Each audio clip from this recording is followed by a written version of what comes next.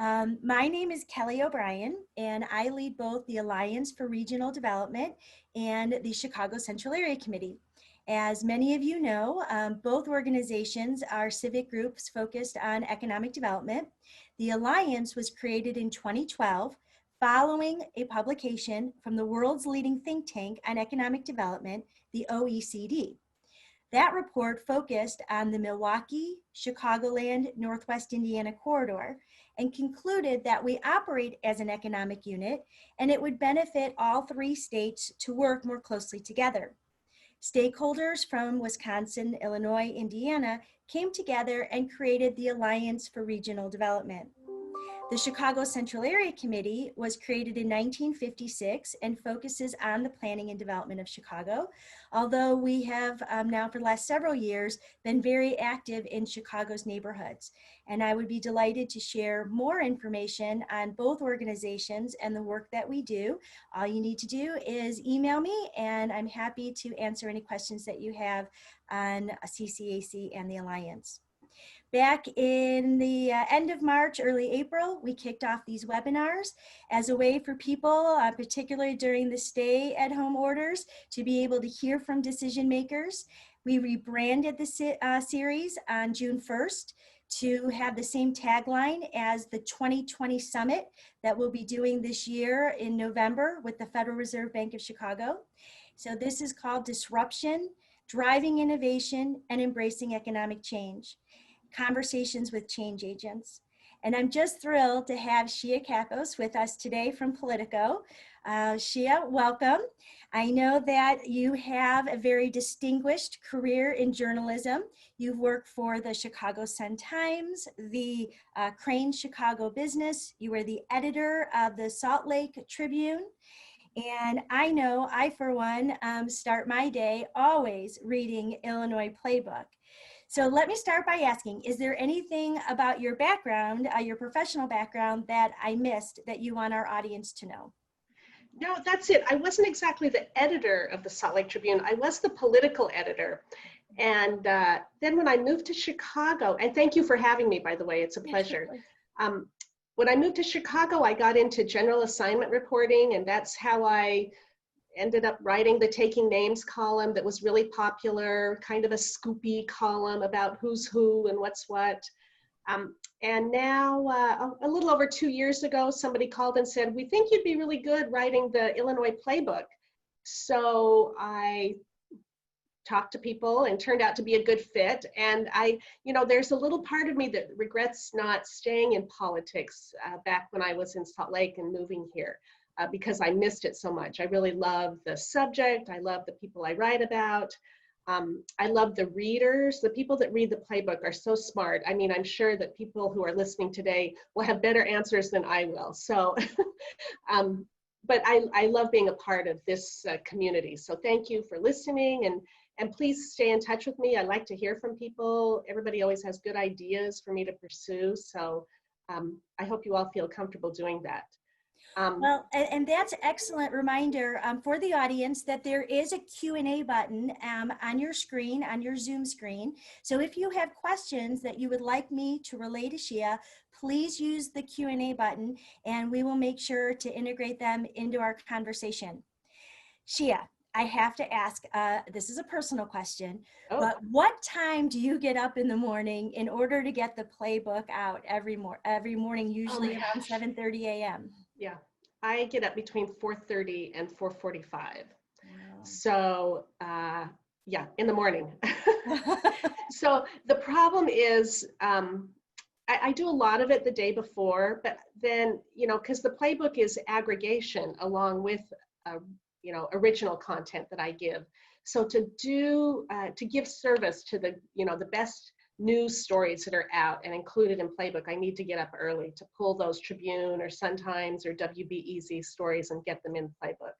So yeah, it's really early. And the problem is, when you wake up early, and I turn it into my editor at 6:15 and he posts by 7:15 or so.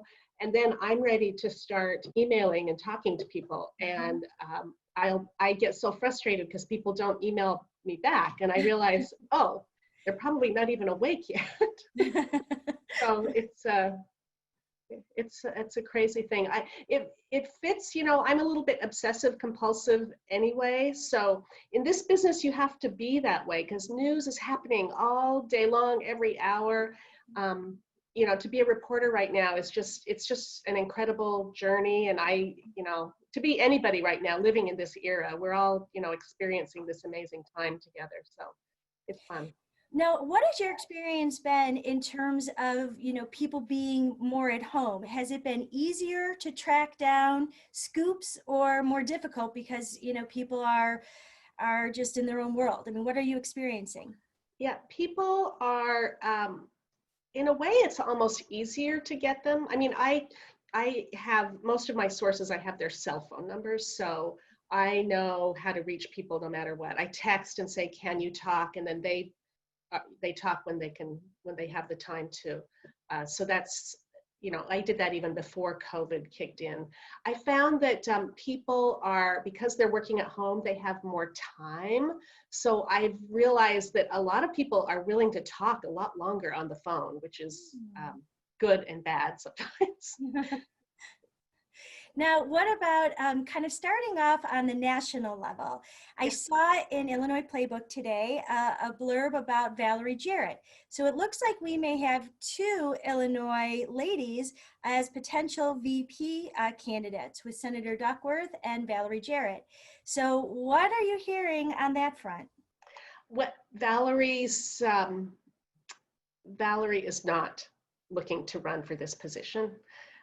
She is mentioned because she has all of the credentials that you would want for a vice president and the experience. You know, as she said before, she was in the room when so many things were happening when she worked for Obama, but she does not want to pursue that avenue.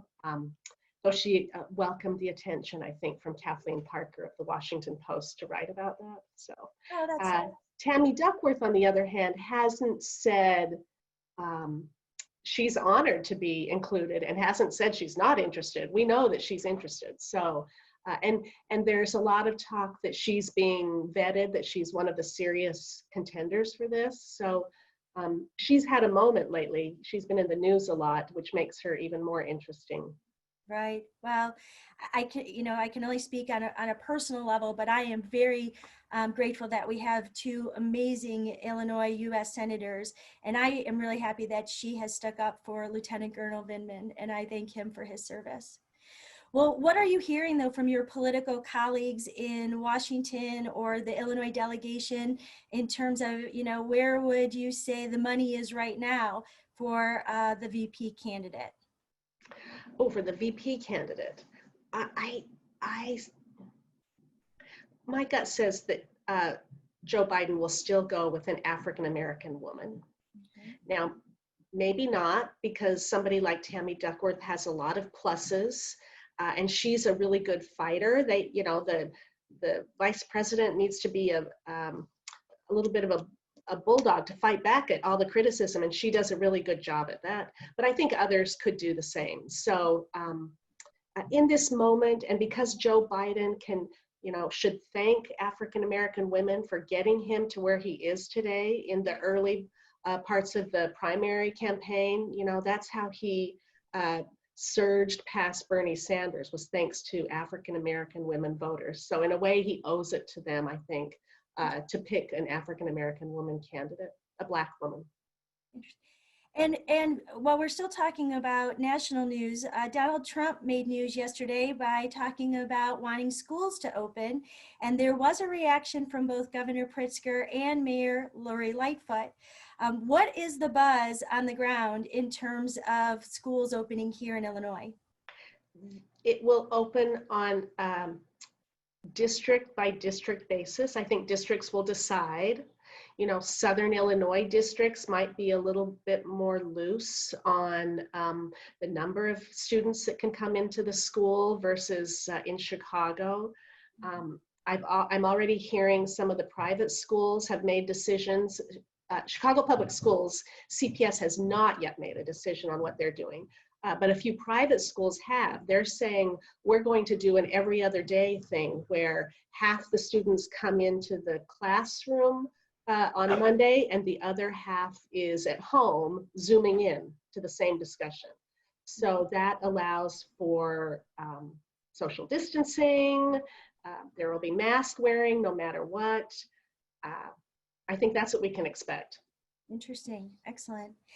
And tell me what else you would like to talk about in terms of from the national level. Oh, from national, you know, right now, if this were a normal year, everything would be focused on the election. And it still is sort of. It's just quieter because it's not live. We don't have big rallies. So that's what people are thinking about. The election, the general election. Will Donald Trump, you know, what is he going to do? He's down in the polls, but everybody knows that doesn't mean anything because not everybody answers the polls the way you think they should, or else Hillary Clinton would have been president by now, you know. So everybody's looking to see what will happen with the election. It affects everything, you know. Illinois, the state government is counting on federal relief money because of COVID to help shore up the budget. And that may not come until November when there's a new administration. So we'll just have to wait and see on that.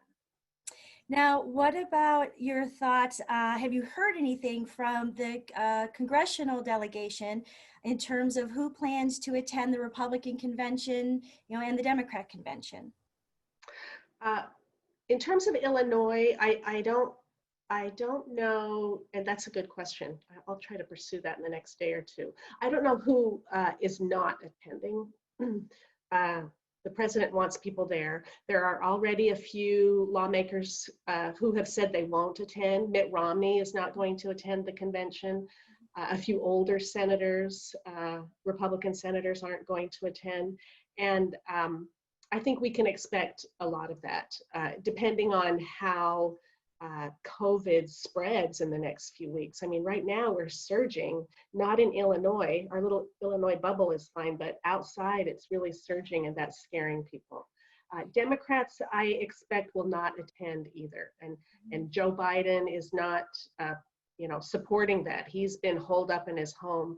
So Democrats are going to follow whatever the party line is about staying home, I presume. I know it's really disappointing that the Democrat convention was going to be held in Milwaukee, and you know, Milwaukee has really undergone a renaissance, and it was going to be wonderful for the country to see all the great, you know, restaurants and breweries and the Global Water Center, and there's just so much to see and do there. So hopefully maybe the Democrats will return, or the Republicans, in 4 years. But I do think it would have been a benefit for Chicago too. A lot, I mean, everybody in Chicago was so excited about going to Milwaukee, and people were planning on staying in Chicago even, taking the train up. So yeah, it's disappointing. It is. And, you know, I mean, obviously we're all here in Illinois. Yesterday, there was close to 1,000 new cases in a 24-hour period. So we really have to be so careful with reopening and making sure that Illinois doesn't have to turn back to phase 2 or phase 3. And we hold steady in phase 4 where we're at. Yeah. I was just going to say, yesterday you had a really interesting column on PPP loans and some of the recipients, particularly here in Illinois. Did you get any responses after publishing, you know, some names like Joe Weiss, for example, who's running for Congress? And what was the reaction to the column? Well, most people think that by listing them, we are criticizing that they got the PPP loans. And I'm not necessarily criticizing. I mean, a lot of these are organizations and companies that have, you know, big staffs, and they didn't lay off those staffs. And so they need this PPP money to keep their businesses going. The companies that are not on those lists are people that actually did layoffs. So, you know, it's to their credit that they're on that list to some extent. But yeah, you see, you know, powerful people like, you know, the state representative running for Congress. He's a millionaire, and he can self-fund his own campaign, but needed to borrow money to help his employees. You know, there's some irony there. Most of the calls I got after that column ran is, you know, why didn't you mention so-and-so, and why didn't you mention so-and-so? But that list, I don't know if you looked at it, it was thousands and thousands and thousands of people and names. So it was just, you know, it consumed the previous day just to pull it all together. Well, you know, again, I don't think it should be a matter of shaming anybody, but it is transparency, and it is taxpayer dollars. So we as taxpayers, you know, have a right to know, and also make sure that the recipients of the money are living up to the obligations of taking the money. You know, what have you heard about United Airlines laying off, what is it, 50% of its team? Just probably about as much as you've heard. I mean, the airline industry is so hard hit by this, as we know, and to stay around, you know, there's some airlines that are, you know, they're not practicing social distancing. They're sitting people right next to each other. It's just to stay afloat, I guess. It's frightening. I'm trying to figure out what to do about going to visit family out west over Thanksgiving. Like, do I buy the ticket? I don't know. I'm scared. No, it's a tough call, and I know that there's a lot of concern about quote unquote the second wave, particularly on top of a normal flu season. Right. So, you know, coming back to this, leaving the national level and coming to the state level, I know it seems like a million years ago because, you know, we're just every day we're just consumed with so many things changing kind of minute by minute. But can you briefly update us on the legislative session and what happened in Springfield? I know they adjourned, I believe, the end of May, and again, it's hard to keep track of who's doing what. So what would you say would be the big things that came out of Springfield this year? Sure. I would say there are three big things. One, they passed a $41 billion budget, and legislators are patting themselves on the back for that because recall when Governor Rauner was around, there were budgets that weren't passed. So today they're saying, look, we passed a budget in 4 days. You know, we did it.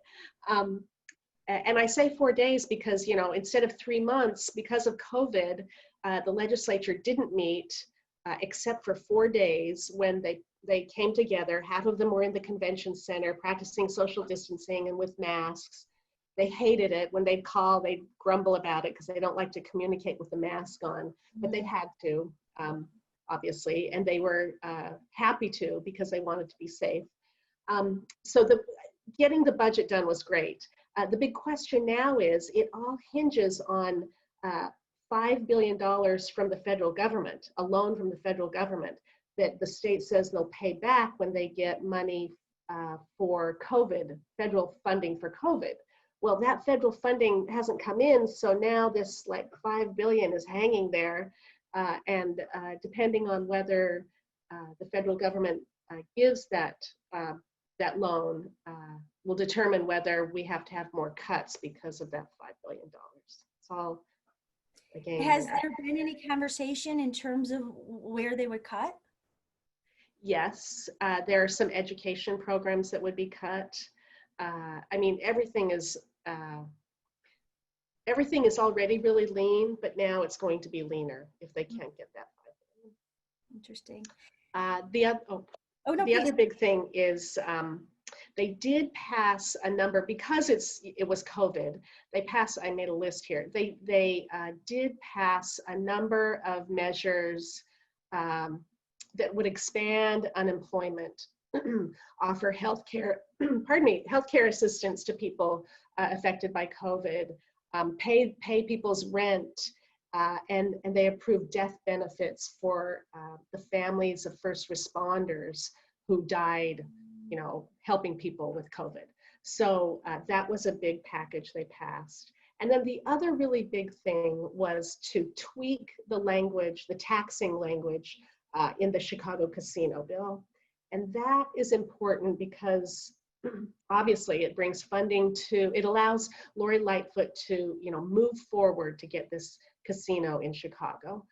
which would bring funding to help with pensions for police and fire in Chicago. But it also helps the state because money from that Chicago casino, it goes towards capital projects statewide. So everybody was looking at this as a big positive. And it also, it shows that Lori Lightfoot can get things done in Springfield. You know, when she first came in, there was a question that she doesn't know anybody, you know, how can she get things done? But this was a big accomplishment. It shows that she can get things done, and she did it across the aisle. Republicans and Democrats approved it. So I think going forward, it's really going to help her, gives her some clout working in Springfield. Very good, very good. And what are you hearing about the tax increase that the governor is supporting? You call it a tax increase. He would call it something else. A fair tax is what he's calling it. Okay, so we've got an election coming up in November.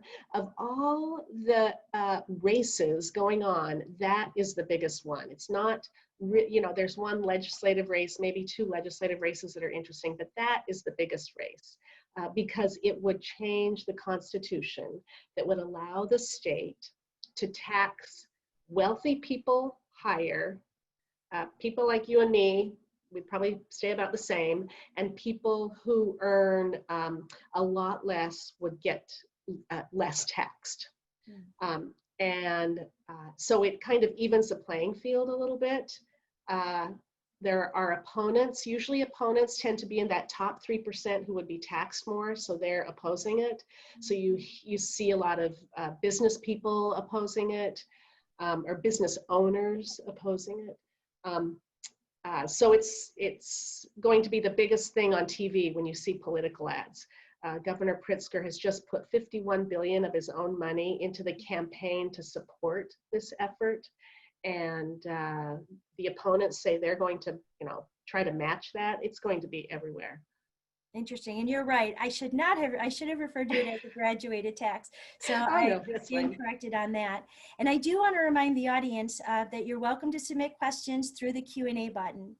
So in terms of, you mentioned that you think that there's maybe one or two interesting races that are happening here in Illinois. Any details you want to share on those? Well, there's a legislative race that I think is interesting between, what's his name? Brad Stevens, sorry. Republican Brad Stevens in the 20th district. And he's facing a woman named Michelle Darbro, who's a paramedic, I think, a paramedic. She has the backing of Mike Madigan. And I just think that that is a really important race because Stevens is a powerful guy. He's, along with being a state representative who was appointed to this position, he's the mayor of Rosemont. So he's you know, really powerful. And to have the Democrats try to angle to get him out is interesting to watch, I think. Now, is his father the namesake of the convention center? I should know that, maybe. I don't know. Somebody listening probably knows better than I. I think so. So what about congressional races, particularly like Rodney Davis, for example? Yeah, the congressional races, I think there are three congressional races to watch. One is Lauren Underwood and Jim Oberweis, who we mentioned earlier. That is a conservative district. Lauren Underwood captured it 2 years ago. She is an up-and-coming Democrat in, you know, Nancy Pelosi adores her. Underwood travels with Pelosi when they go to, you know, other countries to promote or to do whatever research that they do in Congress. She's a really, she's an up-and-coming Democrat, but she's in this conservative district and she's running against Jim Oberweis, who is, you know, funding his own campaign and who is a known Politico in that part of the state. So I think that'll be a fun one to watch. The other one is Sean Casten and Jeannie Ives. I think they're going to be fun to watch because they're both, Sean Casten is the representative, Democrat representative, and Jeannie Ives is the Republican who almost beat Rauner in the primary. All right. 2 years ago, 4 years ago, 6 years ago. They're both kind of shoot from the hip kind of people. So they, they both are great when they're battling each other. So it's, COVID is kind of preventing them from doing a lot of live exposure, but I expect that's going to get heated as we get closer to November. And then the other one that's really interesting, like you said, is Rodney Davis, Representative Rodney Davis, the Republican, who is facing again Democrat Betsy Londrigan.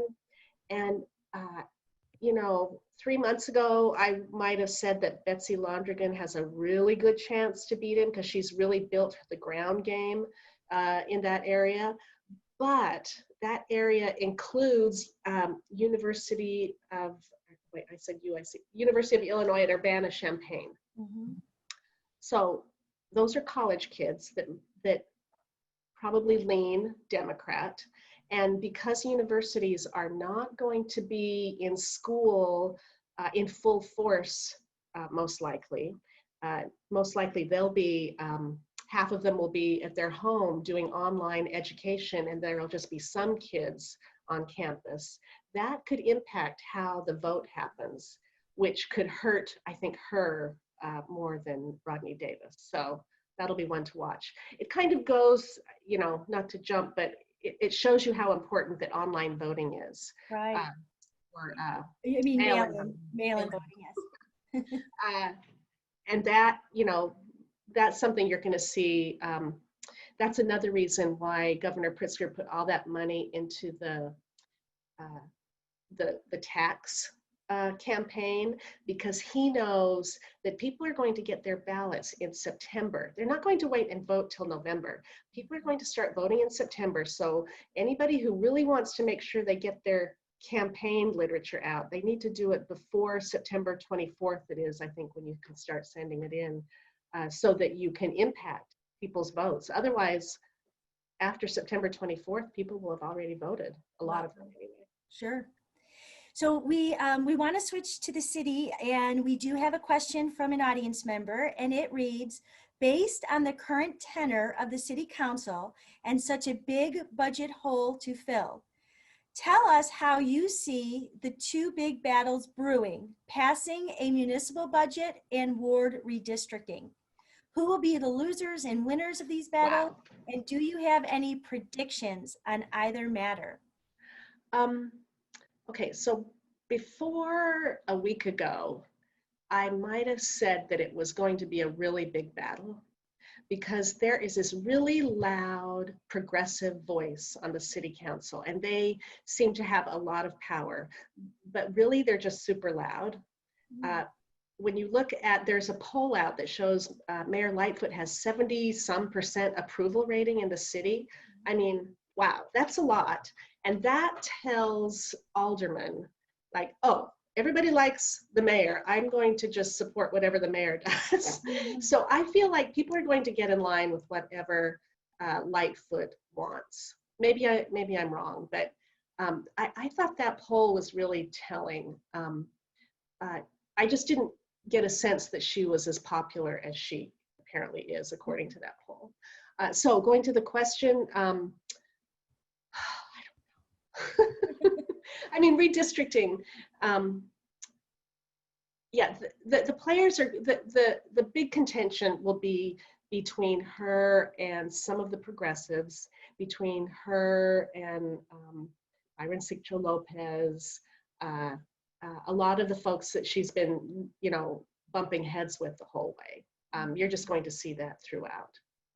I think the bigger debate is going to be over the gun issue and getting guns out of schools, because that vote is going to come up again in August. You know, and I think that's going to be a really big issue, because shootings are just on everybody's minds. Police, you know, police enforcement is on everybody's minds right now. So. And, you know, I know that you recently profiled the mayor, and you talked specifically about this, and there's a question from our audience member. What do you think about the defund the police effort, and how will it manifest in Chicago? I think, again, it goes to what I was saying, you know, Lightfoot said she doesn't want to defund the police and taking money away. She's not going to support that. She has said, and she has shown that she's committed to getting police involved in community enforcement. Now, does that mean then money might be diverted from the police department into police community and enforcement somehow? Maybe, yes. I don't see money. I don't see a defunding the way some cities are doing. Do you think that the relationship is pretty strong with the new police commissioner and the mayor? Yes. Yeah, because she's his pick. She picked him, so she wants him to succeed. It would look bad if she didn't get along with him. And I think she supports him. I think she's behind him. He seems to have a learning curve a little bit, but there was a lot of criticism about how she and he dealt with the protests after the Floyd killing. Did they act fast enough? Did they overreact? I don't know that they acted any differently than any of the mayors in any of the other cities. So it's hard for me to say that they failed on that. I think that this is the second summer and we're still seeing, headlines every weekend with astronomical number of shootings and deaths. And it's heartbreaking, especially with these children. And so I think that there's obviously, she was elected in large measure because people thought that she would make a difference. And so let's hope that the changes are instituted and they do make a difference.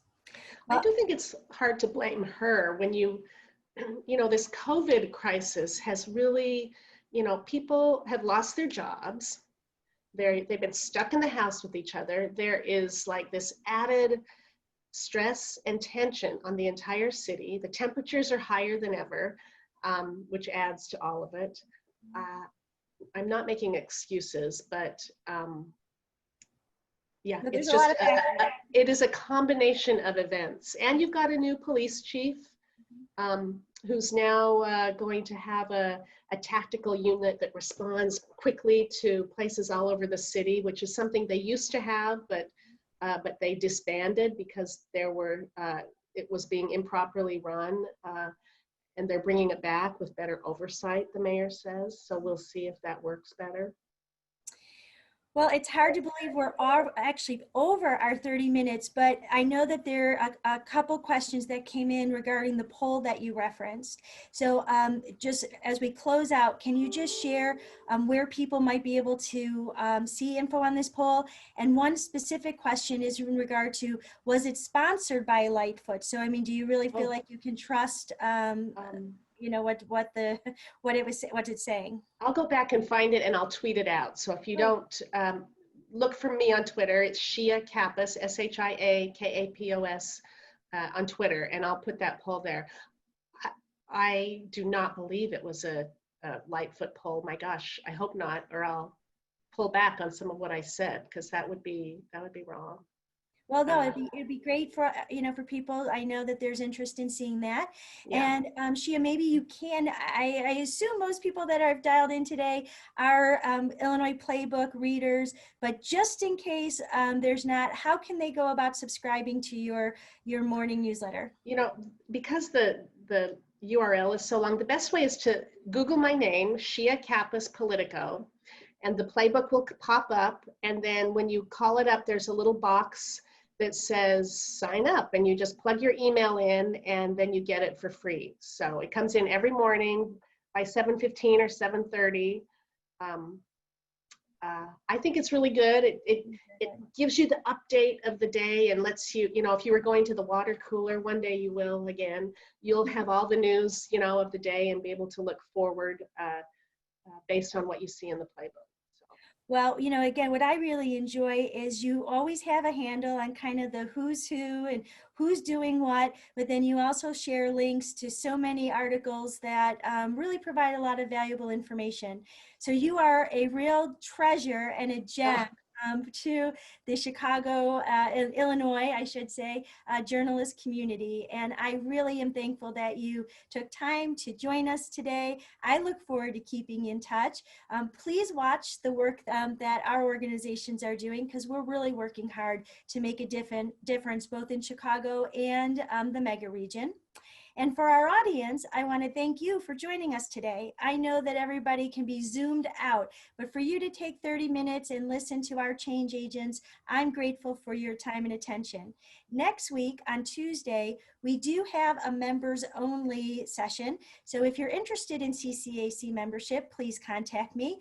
We're going to get insights on both the residential and commercial real estate from two experts. And then we'll open it back up to the public on Thursday, a week from today, when we're going to be talking to Metropolitan Planning Organization leaders, the MPOs.